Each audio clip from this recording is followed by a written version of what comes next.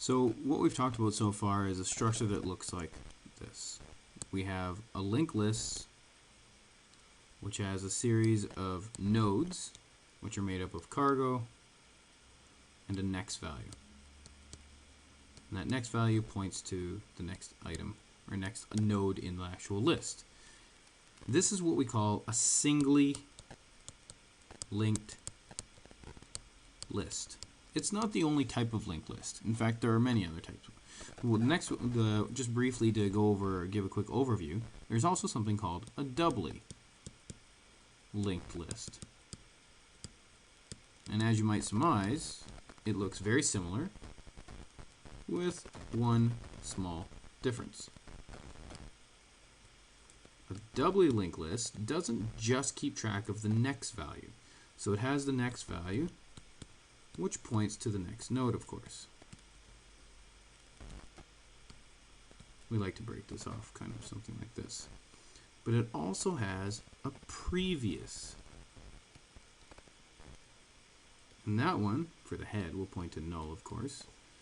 But for the other ones, will point to the one that pointed to it.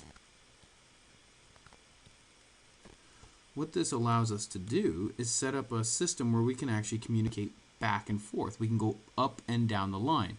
It makes searching potentially a little bit easier, or there might be some mechanism that you need to do that you're in the middle of processing. You might need to go back and forth, back and forth, back and forth. So for example, when you want to delete the tail, you have to do some special checking to make sure that you don't go past the end of the list and then go back to the second last one and then delete that and then delete the next value.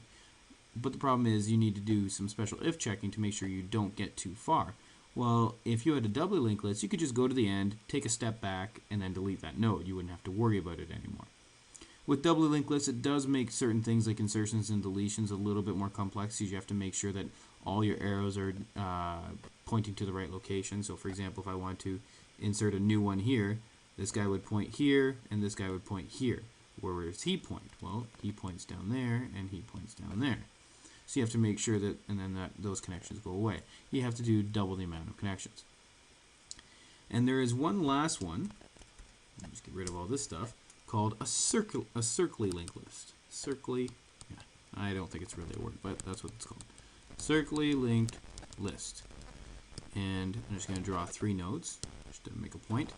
We know that this one points to this one, and traditionally this one points to null, because this is the tail. This is the head. But in a Circly linked list, this is not the case. In a Circly linked list, it comes down and it points back to the head. So we've created a structure, a circle structure.